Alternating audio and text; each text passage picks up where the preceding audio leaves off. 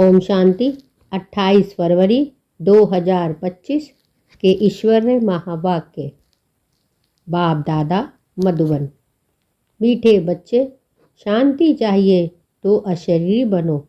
इस देह भान में आने से ही अशांति होती है, इसीलिए अपने सब धर्म में स्थित रहो। शांति चाहिए तो अशरीरी बनो।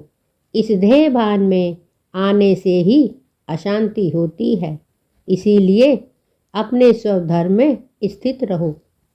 प्रश्न: यथार्थ याद क्या है? याद के समय किस बात का विशेष ध्यान चाहिए? यथार्थ याद क्या है? याद के समय किस बात का विशेष ध्यान चाहिए? उत्तर: अपने को इस देह से न्यारी आत्मा समझकर बाप को याद करना है, यही यथार्थ याद है। कोई भी देह याद ना आए, यह ध्यान रखना जरूरी है। याद में रहने के लिए ज्ञान का नशा चढ़ा हुआ हो। बुद्धि में रहे बाबा हमें सारे विश्व का मालिक बनाते हैं। हम सारे समुद्र, सारी धरनी के मालिक बनते हैं। गीत: तुम्हें पाके हमने जहाँ पा लिया है, जमी तो जमी आसमां पा लिया है। ओम शांति। ओम का अर्थ ही है अहम, मैं आत्मा। मुझे फिर समझते ओम माना भगवान। ओम का अर्थ ही है अहम, मैं आत्मा। मनुष्य फिर समझते ओम माना भगवान, परंतु ऐसे है नहीं। ओम माना मैं आत्मा, मेरा यह शरीर है। कहते हैं ना ओम शांति। अहम आत्मा का स्वधर्म है शांत। आत्मा अपना परिचय देती है, मनुष्य भल ओम शांति कहते हैं,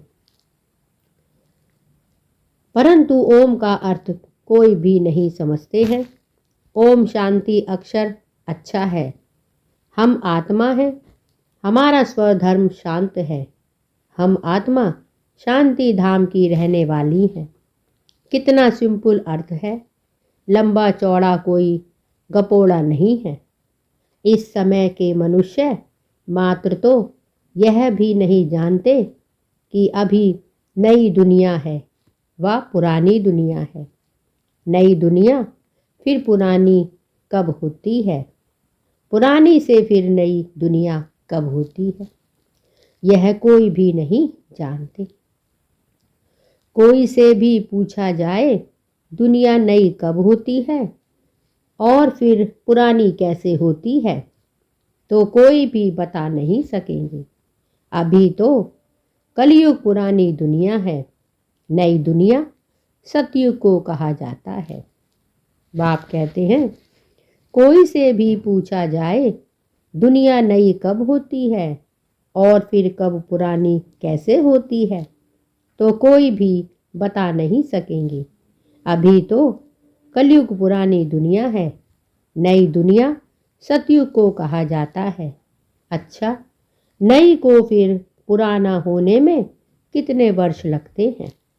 बाप कहते हैं अभी तो कलयुग पुरानी दुनिया है, नई दुनिया सतयुग को कहा जाता है। अच्छा, नई को फिर पुराना होने में कितना वर्ष लगते हैं, यह भी कोई नहीं जानते। मनुष्य होकर यह नहीं जानते, इसलिए इनको कहा जाता है जानवर से भी बदतर। जानवर तो अपने को कुछ कहते नहीं, मनुष्य कहते हैं हम पतित हैं, हे पतित पावन आओ, परंतु उनको जानते बिल्कुल ही नहीं। पावन अक्षर कितना अच्छा है। पावन दुनिया स्वर्ग नई दुनिया की होगी। चित्र भी देवताओं के हैं, परंतु कोई भी समझते नहीं। यह लक्ष्मी नारायण नई पावन दुनिया के मालिक हैं। यह सब बातें बेहद का बाप ही बैठ बच्चों को समझाते हैं। नई दुनिया स्वर्ग को कहा जाता है। देवताओं को कहेंगे स्वर्गवासी। अभी तो है पुरानी दुनिया नरक। यहाँ मनुष्य हैं नरकवासी। कोई मरता है तो भी कहते हैं स्वर्गवासी हुआ, तो गोया यह नरकवासी है ना। हिसाब से कह भी देंगे बरोबर यह नरक ठहरा, परंतु बोलो तुम नरकवासी हो तो बिगड़ पड़ेंगे। बाप कहते हैं देखने में तो भल मनुष्य है, सूरत मनुष्य की है, परंतु सीरत बंदर जैसी है। यह भी गाया हुआ है ना। खुद भी मंदिरों में जाकर देवताओं के आगे गाते हैं आप सर्वगुण संपन्न। अपने लिए क्या कहेंगे, हम पापी नीच हैं, परंतु सीधा कहो कि तुम भिखारी हो तो बिगड़ पड़ेंगे। इसीलिए बाप सिर्फ बच्चों से ही बात करते हैं, समझाते हैं, बाहर वालों से बात नहीं करते, क्योंकि कलयुगी मनुष्य हैं नरकवासी। अभी तुम हो संगम युगवासी। तुम पवित्र बन रहे हो। जानते हो हम ब्राह्मणों को शिव बाबा पढ़ाते हैं। बाप कहते हैं बच्चे तुम जानते हो ब्राह्मणों को शिव बाबा पढ़ाते हैं, वह पतित पावन है। हम सभी आत्माओं को ले जाने के लिए बाप आए हैं। कितनी सिंपल बातें हैं। बाप कहते हैं बच्चे तुम आत्माएं शांति धाम से आती हो पाठ बजाने। इस दुख धाम में सभी दुखी हैं। इसीलिए कहते हैं मन को शांति कैसे हो। ऐसे नहीं कहते आत्मा को शांति कैसे हो। अरे तुम कहते हो ना ओम शांति, मेरा सब धर्म है शांति, फिर शांति मांगते क्यों हो। अपने को आत्मा भूल दे अभिमान में आ जाते हो। आत्माएं तो शांति धाम की रहने वाली हैं। यहाँ फिर शांति कहाँ से मिलेगी। अशरीरी होने से ही शांति होगी। शरीर के साथ आत्मा है तो उनको बोलना चलना तो जरूर पड़ता है। हम आत्मा शांति धाम से यहाँ पाठ बजाने आई है। यह भी कोई नहीं समझते कि रावण ही हमारा दुश्मन है। कब से यह रावण दुश्मन बना है यह भी कोई नहीं जानते। बड़े बड़े विद्वान पंडित आदि एक भी नहीं जानते कि रावण है कौन, जिसका हम अफीजी बनाकर जलाते हैं। जन्म जन्मांतर जलाते आए हैं, कुछ भी पता नहीं। कोई से भी पूछो रावण कौन है, कह देंगे यह सब तो कल्पना है। जानते ही नहीं तो क्या रेस्पॉन्ड देंगे। शास्त्रों में भी है ना, हे राम जी संसार बना ही नहीं है, यह सब कल्पना है। ऐसे बहुत कहते हैं। अब कल्पना का अर्थ क्या है। कहते हैं यह संकल्पों की दुनिया है। जो जैसा संकल्प करता है वह हो जाता है। अर्थ नहीं समझते। बाप बच्चों को बैठ समझाते हैं।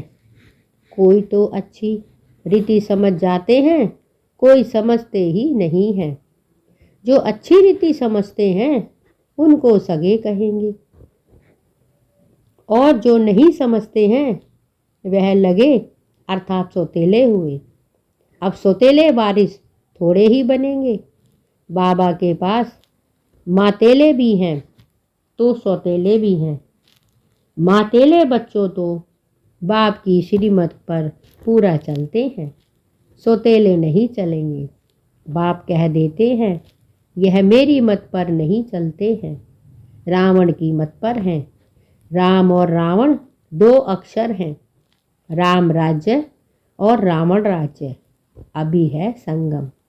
बाप समझाते हैं यह सब ब्रह्मा कुमारी शिव बाबा से वर्षा ले रहे हैं। तुम लेंगे श्रीमत पर चलेंगे तो कहते हैं कौन सी मत। बाप श्रीमत देते हैं कि पवित्र बनो। कहते हैं हम पवित्र रहे, फिर पति ना माने तो मैं किसकी मानूं। वह तो हमारा पति परमेश्वर है, क्योंकि भारत में यह सिखलाया जाता है कि पति तुम्हारा गुरु, ईश्वर आदि सब कुछ है। परंतु ऐसा कोई समझते नहीं है। उस समय हाँ कर देते हैं, मानते कुछ भी नहीं है। फिर भी गुरुओं के पास मंदिरों में जाते रहते हैं। पति कहते हैं तुम बाहर मत जाओ, हम राम की मूर्ति तुमको घर में रख कर देते हैं, फिर तुम अयोध्या आदि में क्यों भटकती हो।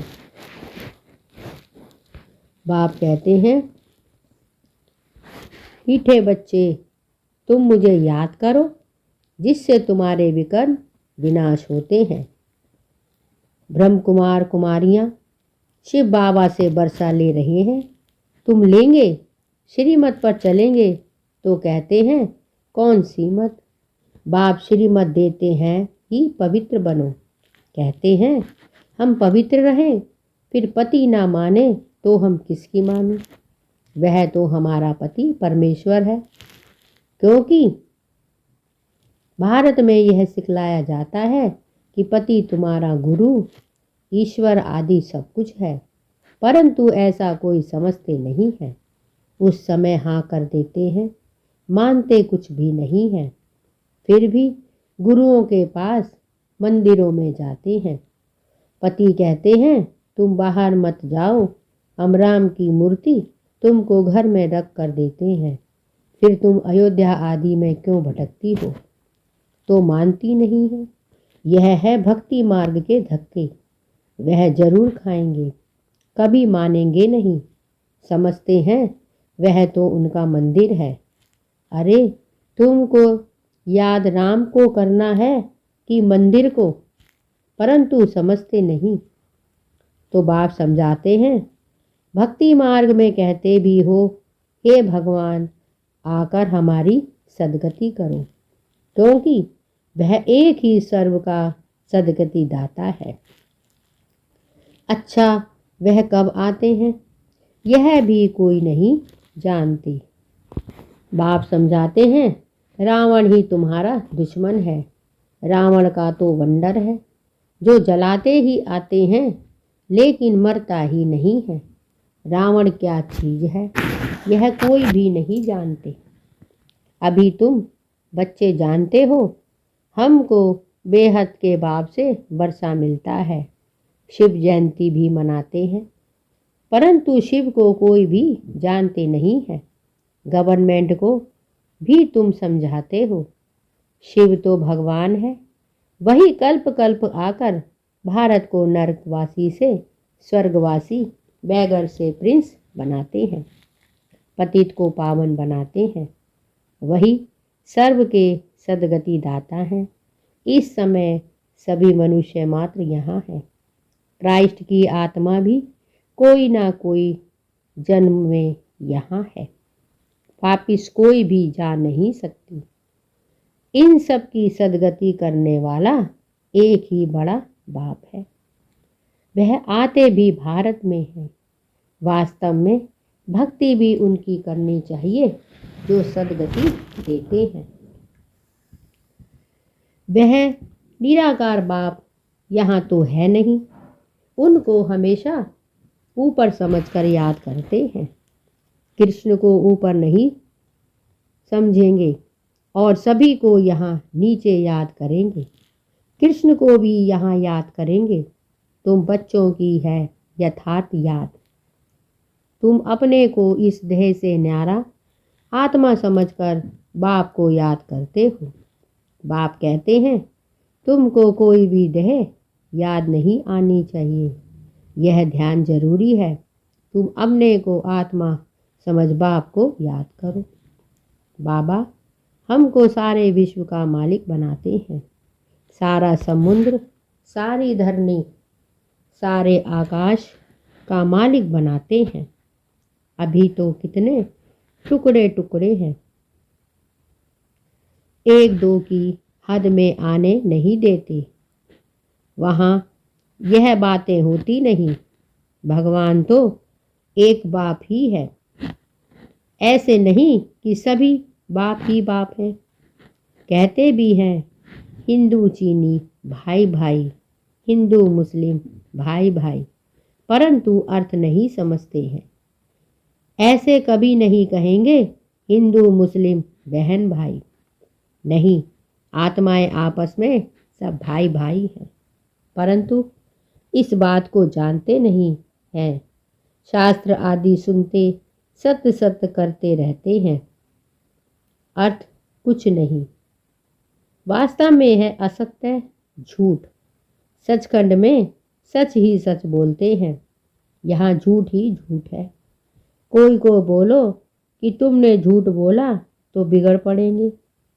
तुम सच बताते हो तो भी कोई को गाली देने लग पड़ेंगे। अब बाप को तो तुम ब्राह्मण ही जानते हो। तुम बच्चे अभी दैवी गुण धारण करते हो। तुम जानते हो अभी 5 तत्व भी तमो प्रधान है। आजकल मनुष्य भूतों की पूजा भी करते हैं। भूतों की ही याद रहती है। बाप कहते हैं अपने को आत्मा समझ, माँ में कम याद करो, भूतों को मत याद करो। गृहस्थ व्यवहार में रहते हुए बुद्धि का योग बाप के साथ लगाओ। अब देही अभिमानी बनना है। जितना बाप को याद करेंगे तो विकर्म विनाश होंगे। ज्ञान का तीसरा नेत्र तुमको मिलता है। बाप कहते हैं जितना देही अभिमानी बनना है, जितना बाप को याद करेंगे विकर्म विनाश होंगे। ज्ञान का तीसरा नेत्र तुमको मिला है। अभी तुमको विकर्माजीत बनना है। वह है विकर्माजीत स्वतः। यह है विकर्मी संवतः। तुम योग बल से विकर्मों को जीत पाते हो। भारत का योग तो मशहूर है, मनुष्य जानते नहीं हैं। सन्यासी लोग बाहर में जाकर कहते हैं कि हम भारत का योग सिखलाने आए हैं। उनको तो पता नहीं यह तो हठ योगी है। वह राजयोग सिखला ना सके। तुम राज ऋषि हो, वह है हद के सन्यासी। तुम तो बेहद के सन्यासी। रात दिन का फर्क है। तुम ब्राह्मणों के सिवाय और कोई भी राजयोग सिखला ना सके। बाप कहते हैं सन्यासी लोग बाहर में जाकर कहते हैं कि हम भारत का योग सिखलाने आए हैं। उनको तो पता नहीं यह तो हठ योगी है। वह राजयोग सिखला ना सके। तुम राज ऋषि हो, वह है हद के सन्यासी। तुम तो बेहद के सन्यासी। रात दिन का फर्क है। तुम ब्राह्मणों के सिवाय और कोई भी राजयोग सिखला ना सके। यह है नई बातें। नया कोई समझ ना सके, इसीलिए नए को कभी अलाउड नहीं किया जाता है। यह इंद्र सभा है ना, इस समय है सब पत्थर बुद्धि।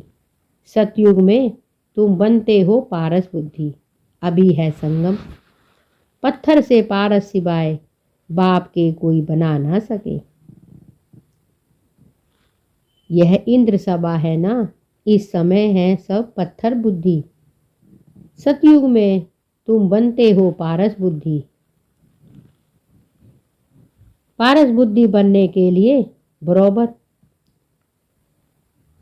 भारत में सोने की चिड़िया, भारत सोने की चिड़िया था ना। बाबा कहते हैं सतयुग में तुम बनते हो पारस बुद्धि। अभी है संगम। पत्थर से पारस सिवाय बाप के कोई बना ना सके। तुम यहाँ आए हो पारस बुद्धि बनने के लिए। बराबर भारत सोने की चिड़िया था ना। यह लक्ष्मी नारायण विश्व के मालिक थे ना। यह कभी राज्य करते थे, यह भी किसको पता थोड़े ही है। आज से 5000 वर्ष पहले इन्हों का राज्य था। फिर यह कहाँ गए तुम बता सकते हो। 84 जन्म भोगे, अभी तमो प्रधान है, फिर बाप द्वारा सतो प्रधान बन रहे हैं। तत्वम, यह नौली सिवाय बाप के साधु संत आदि कोई दे ना सके। वह है भक्ति मार्ग, यह है ज्ञान मार्ग। बाप कहते हैं यह किसी को भी पता नहीं है। आज से 5000 वर्ष पहले इन्हों का लक्ष्मी नारायण का राज्य था। लक्ष्मी नारायण विश्व के मालिक थे ना, यह भी राज्य करते थे। यह भी किसको पता थोड़ा ही है कि आज से 5000 वर्ष पहले इन्हों का राज्य था।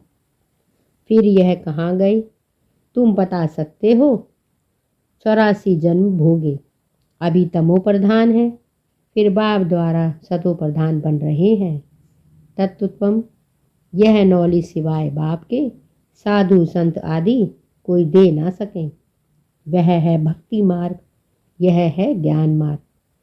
तुम बच्चों के पास जो अच्छे अच्छे गीत हैं उन्हें सुनो तो तुम्हारे रोमांच खड़े हो जाए। खुशी का पारा एकदम चढ़ जाएगा। फिर वह नशा स्थायी भी रहना चाहिए, यह भी ज्ञान अमृत। वह शराब पीते हैं तो नशा चढ़ जाता है, यहाँ यह तो ज्ञान अमृत। तुम्हारा नशा उतरना नहीं चाहिए, सदैव चढ़ा रहना चाहिए। तुम इन लक्ष्मी नारायण को देख कितने खुश होते हो। जानते हो हम श्रीमत से फिर श्रेष्ठाचारी बन रहे हैं। यहाँ देखते हुए भी बुद्धि योग बाप और बरसे में लगा रहे। बाप कहते हैं यहाँ यह तो है ज्ञान अमृत। तुम्हारा नशा उतरना नहीं चाहिए, सदैव चढ़ा रहना चाहिए। तुम इन लक्ष्मी नारायण को देख कितने खुश होते हो। जानते हो हम श्रीमत से फिर श्रेष्ठाचारी बन रहे हैं। यहाँ देखते हुए भी बुद्धि योग बाप और बरसे में लगा रहे। अच्छा, मीठे मीठे सिकिल दे बच्चों प्रीत, माता पिता बाप दादा का याद प्यार और गुड मॉर्निंग। रूहानी बाप की रूहानी बच्चों को नमस्ते। और हम सब रूहानी बच्चों की रूहानी माता पिता बाप दादा को याद प्यार, गुड मॉर्निंग और नमस्ते। धारणा के लिए मुख्य सार।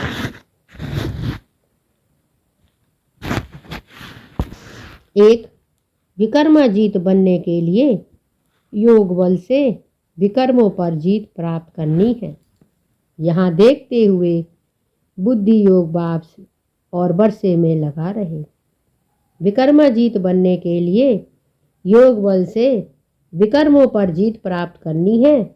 यहाँ देखते हुए बुद्धि योग बाप और बरसे में लगा रहे। 2. बाप के बरसे का पूरा अधिकार प्राप्त करने के लिए मातेला बनना है। एक बाप की ही श्रीमत पर चलना है। बाप जो समझाते हैं वह समझकर दूसरों को समझाना है।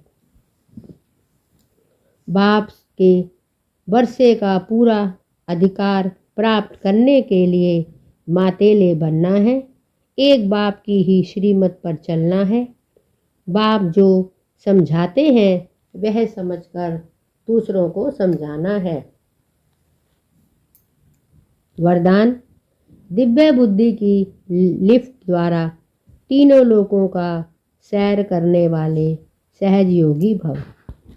दिव्य बुद्धि की लिफ्ट द्वारा तीनों लोकों का सैर करने वाले सहज योगी भव।